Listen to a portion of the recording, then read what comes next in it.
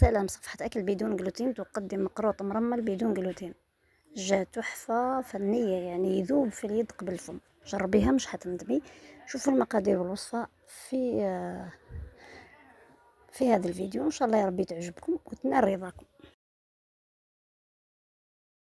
شوفوا لي وحدة نقسمها أمامكم. يذوب صدقوني، غير يذوب. أنا بغيته مرمل يجيك مروعة روعة روعة. شوفوا عينكم ميزانكم، هايل بدون مبالغة.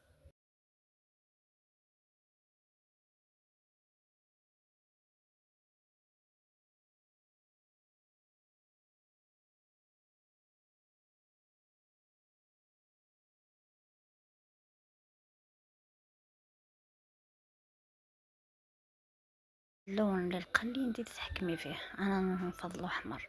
شوفي الوصفه والمقادير. نحتاج 3 كيلات سميد بكيلة فرينه، يعني طحين ابيض خالي من جلوتين، قرصه ملح، كيلة ليدان غايبه، خليط بين صول وسمن المرجان، ونحتاج ماء زهر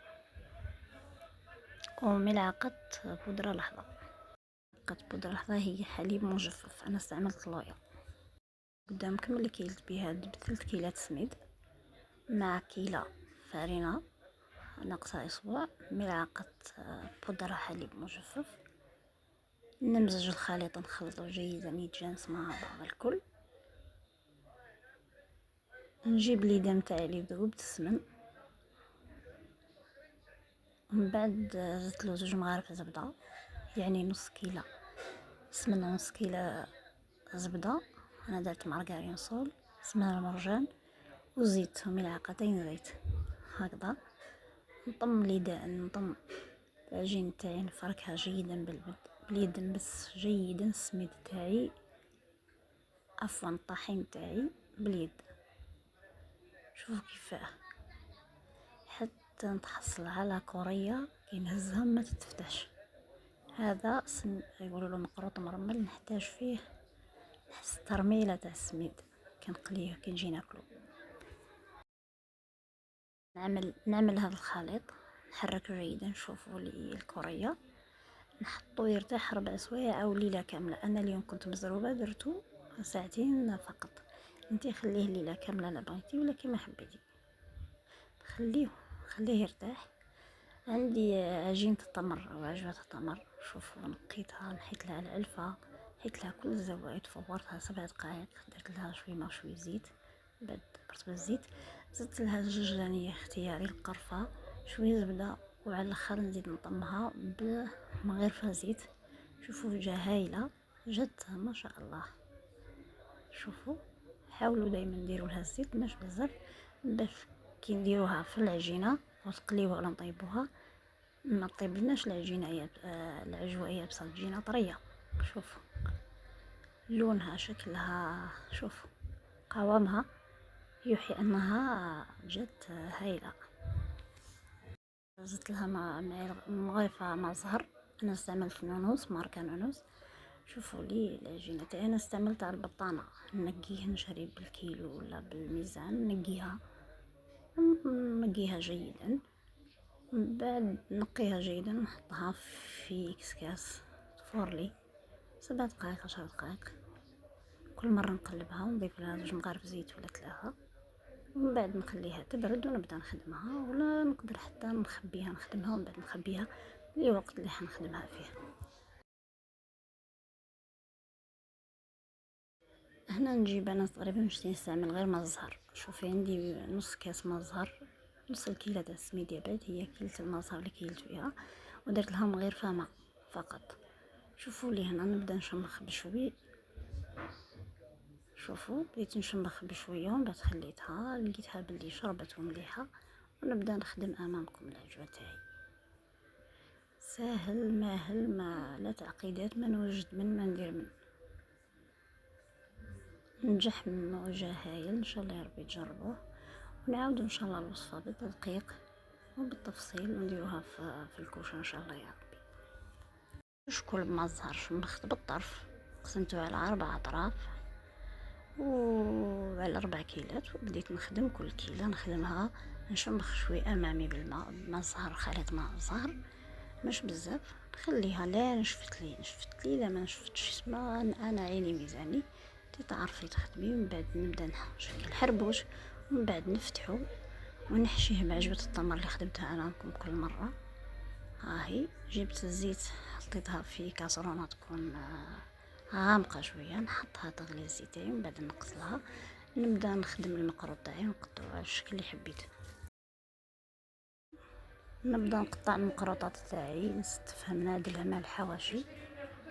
شوفوا لي كيف جات الحبه، جات متحوفه يعني والله غير نجح. اما بشكل انتي حددي الشكل اللي حبيتي ديريه، انتي حرة. انا تهمني الفكرة، تهمني نجاح العجين والوصفة، لانه المقروط اكلة تقليدية. شوفوا هنا نحطها تتقلى، هاهي امامكم. هنا نعاود نقوي النار كي نحط المقروط تاعي باش ما يبزليش، لانه الا كان نقص النار وهو يتقلى حيبزلي.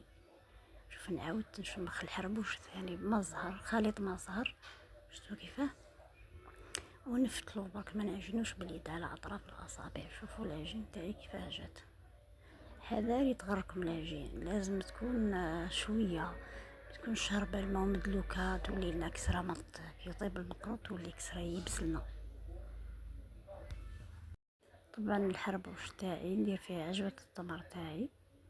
شوفوا عجينة التمر تاعي نغلق على الاطراف على كل جهه، ونحاول نلهو. راهي ورق الطهي تاعي بورق الطهي او ورق بلاستيكي، بس انا فضلت اليوم ورق الطهي، جاتني الخدمه فيه سهله جدا وساعدتني. شوف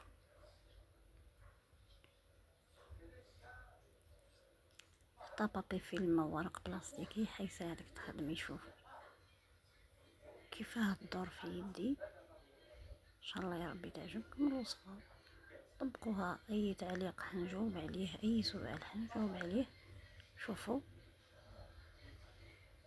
كيما نستعملوا العادي، فقط شجاعة، إرادة. شوفوا نزيد الحربوش، شفتوا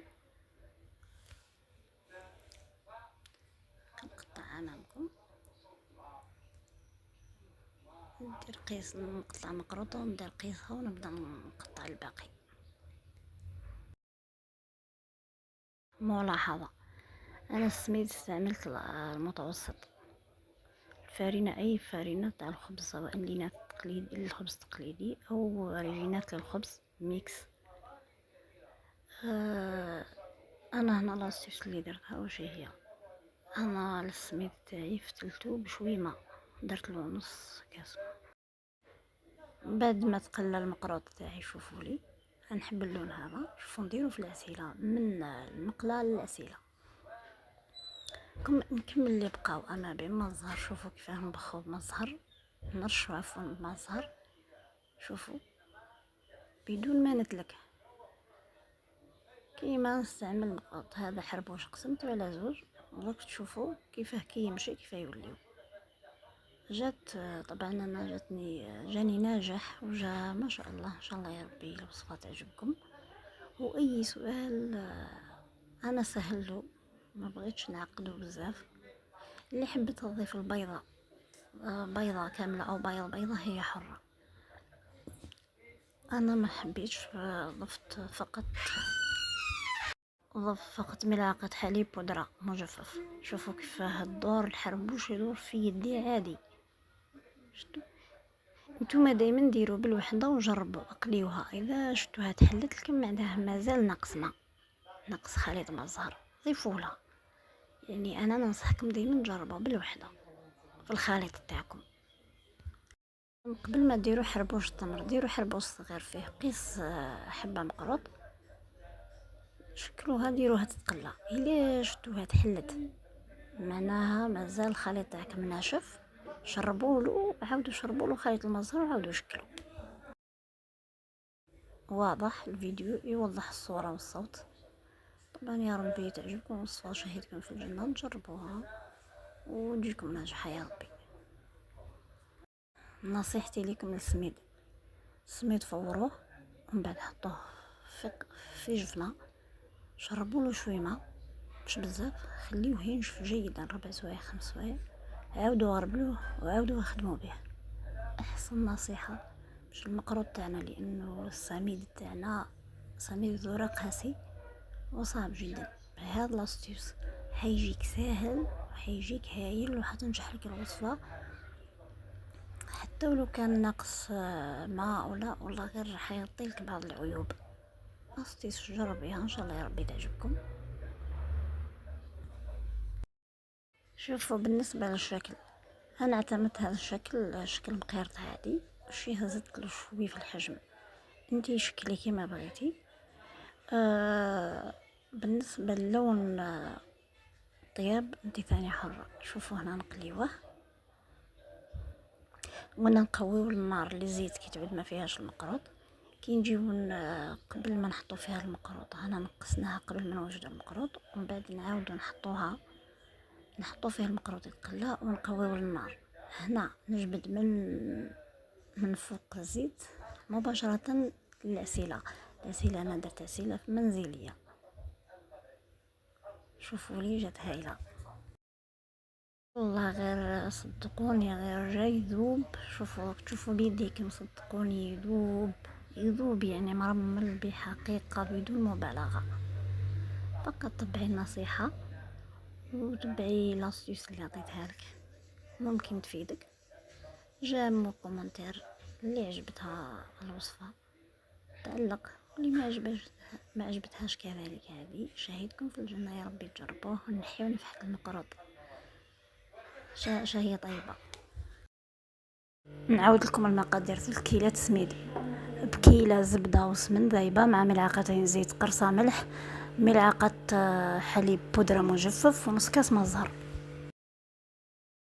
طبعا المكونات كذلك نزيد نحتاج عجوة التمر اللي نقيوها ونخدموها كما قلت في الفيديو من قبل. شوفوا هنا قسمناها جات تحفة فنية، تذوب في اليد قبل الفم. جات تحفة وعجبني بنين جا ما شاء الله. جربوها ما راكمش حتندموا.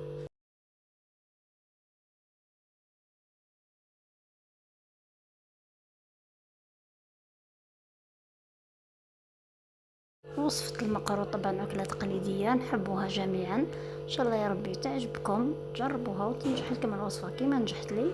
نجربوها مرة أخرى في القناة ونديروها مقروط كوشة.